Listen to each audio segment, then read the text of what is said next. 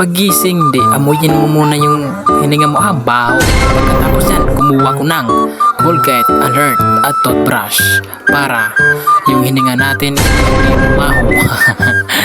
Ito, gumawa na ako at kumuha na ako ng toothbrush at Colgate at tinanagay ko na ito para mag-toothbrush na ako. Tara, let's go. Samahan niyo ako kung gaano magmahal yung Alert at Colgate. Isa ito sa mga bibig na mabaho tulad sa akin at tulad sa inyo, yung nanonood. Ngayon mag-toothbrush ka na. Yan o, nagtutoothbrush na. Pagkatapos mag-toothbrush, fast forward ko na yan. Kung hindi mo kaya mag-toothbrush, magmumug ka na lang ng asin. Kung ayaw mo, hindi, okay lang, wala akong magagawa, sa'yo naman yan di ba? Yan, pagkatapos na yan, hindi, bumug na.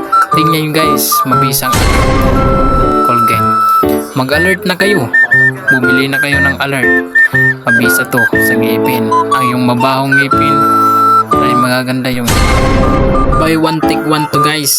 Alert and sulit to sa mga bahong ngipin at mabahong hininga. Kung wala kayong ibang matututbrushan, itutbrush mo muna sa bibig nyo at sa ngipin nyo.